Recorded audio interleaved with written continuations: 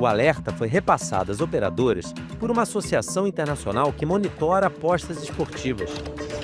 A Confederação Brasileira de Futebol e outras entidades ligadas ao esporte têm parceria e recebem informes periódicos dessas empresas, especializadas em colher dados que possam indicar qualquer tipo de manipulação por meio das chamadas bets. Com o alerta recebido, a PF deu início à apuração em agosto do ano passado. Em novembro, um ano após a partida, os investigados foram alvo de uma operação de busca e apreensão. Depois de analisar celulares e computadores apreendidos, a polícia concluiu um relatório que contém diversas trocas de mensagens entre Bruno Henrique e Vander Nunes Pinto Júnior, o irmão dele. O documento aponta que o jogador do Flamengo forneceu informações privilegiadas, repassadas por Vander a um grupo de apostadores, que inclui parentes e amigos. Ao todo, 10 pessoas foram indiciadas. Vander Júnior e Bruno Henrique podem responder por fraude em competição esportiva, com pena prevista de 2 a 6 anos de prisão, e estelionato, 1 a 5 anos de cadeia. Os demais foram indiciados por estelionato. A polícia dividiu as investigações em 2 grupos, o que definiu como núcleo familiar, concentrado nas mensagens enviadas e recebidas a partir de Vander, e um segundo núcleo com amigos de Vander, que também se beneficiaram das informações para apostar. Conversas entre Bruno e Vander já tinham sido divulgadas no decorrer da semana. Pouco mais de 2 meses antes do jogo Flamengo e Santos, Vander perguntou ao irmão se ele estava com 2 cartões amarelos e pediu para ser avisado quando Bruno fosse forçar o terceiro. Bruno respondeu: contra o Santos.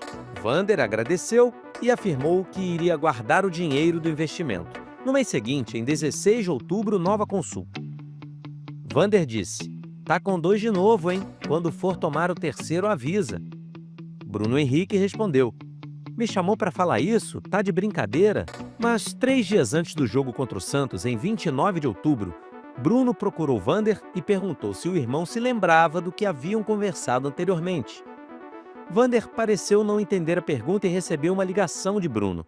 A polícia acredita que a chamada tenha sido para falar da possibilidade de forçar o cartão amarelo. O Fantástico teve acesso a mensagens inéditas, trocadas entre Vander e os pais dele e de Bruno Henrique, e entre Vander Júnior e a esposa, Ludmila Araújo Lima, nos dias que antecederam o jogo e depois da partida. Vander relatou à mãe a dificuldade em fazer novas apostas com a própria conta, em razão de uma operadora já ter bloqueado, por segurança, a opção cartão amarelo para Bruno Henrique. A mãe questionou: será que há a possibilidade de abrir de novo? Vander disse que não poderia ficar dando muita informação ali, mas que olharia isso no dia seguinte. Vander e a mãe trocaram informações sobre CPFs, e-mails e datas de nascimento de terceiros, pessoas que poderiam abrir novas contas. O filho repassou diversos boletos de casas de apostas pedindo que a mãe efetuasse os pagamentos. A PF também investiga se era Vander quem operava contas abertas em nome de Ludmila Lima. Eles se falaram sobre uma quantia que seria pagamento de uma aposta feita por ele, mas que estaria atrelada a uma conta dela. Minutos após o término de Flamengo e Santos, e com Bruno Henrique tendo recebido o cartão, o pai perguntou a Vander se ele ganhou e se seriam 5 mil. Vander desconversou, diz que não poderia falar daquilo ali, mas que seriam 4. Os pais de Bruno Henrique e Vander não foram indiciados. A Polícia Federal não encontrou evidências de que eles tenham tido algum benefício financeiro com as apostas. Um mês depois da partida, Vander Júnior voltou a escrever para Bruno Henrique: no dia que você me deu a ideia do cartão, eu apostei 3 mil para ganhar 12 mil. Só que até hoje ele não pagou, está sob análise. O dinheiro está todo preso lá. Vander relatou dificuldades financeiras e pediu um empréstimo ao irmão. Os policiais descobriram ainda que até o dia do jogo houve 14 apostas feitas a partir de 13 contas em casas diferentes. 6 dessas contas criadas na véspera do confronto. A alta concentração de apostas em um cartão amarelo para Bruno Henrique vinha de Belo Horizonte, cidade natal do jogador, o que reforçou as suspeitas. Enquanto Flamengo e Santos se enfrentavam, alguns apostadores trocavam mensagens entre si, demonstrando preocupação pela demora do recebimento do cartão amarelo. Essas mensagens também estão transcritas no relatório da Polícia Federal, que será compartilhado com o Ministério Público do Distrito Federal, onde aconteceu o jogo. O MP vai decidir se oferece denúncia à Justiça e, a partir daí, os indiciados se transformam em réus. Na esfera esportiva, a documentação será analisada pelo Superior Tribunal de Justiça Desportiva.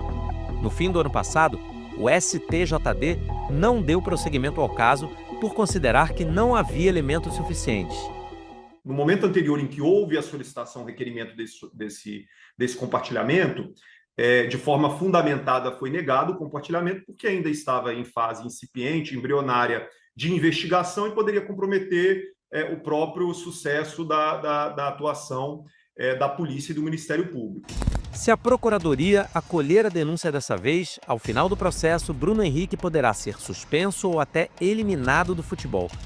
São punições que já aconteceram ao final da Operação Penalidade Máxima, que entre o fim de 2022 e o ano passado, investigou casos de manipulação em jogos de futebol no Brasil. 22 atletas acabaram punidos, 5 foram banidos definitivamente do esporte. Os ritos devem ser seguidos justamente para o clamor não definir as medidas que devem ser tomadas. Nossa equipe procurou por Vander Júnior e Ludmila Araújo Lima em Belo Horizonte. Eles não quiseram gravar entrevista. A defesa informou que não vai se pronunciar por enquanto. Em nota assinada pelo advogado Ricardo Pieri, a defesa diz que Bruno Henrique é conhecido e respeitado por sua simplicidade e comprometimento com o esporte. Que ele nunca esteve envolvido em esquemas de apostas e que é a favor de restrições ao negócio. Que distorções estão sendo causadas por interpretação de mensagens privadas fora de contexto. Mensagens que serão esclarecidas ao curso do processo. E que o atleta confia no Poder Judiciário. Se não houver um pedido de suspensão preventiva, Bruno Henrique pode continuar jogando normalmente. O Flamengo, em nota, disse que aguarda as investigações, se compromete com a ética no esporte, mas defende a presunção de inocência do jogador enquanto isso. O contrato dele com o clube vai até dezembro do ano que vem.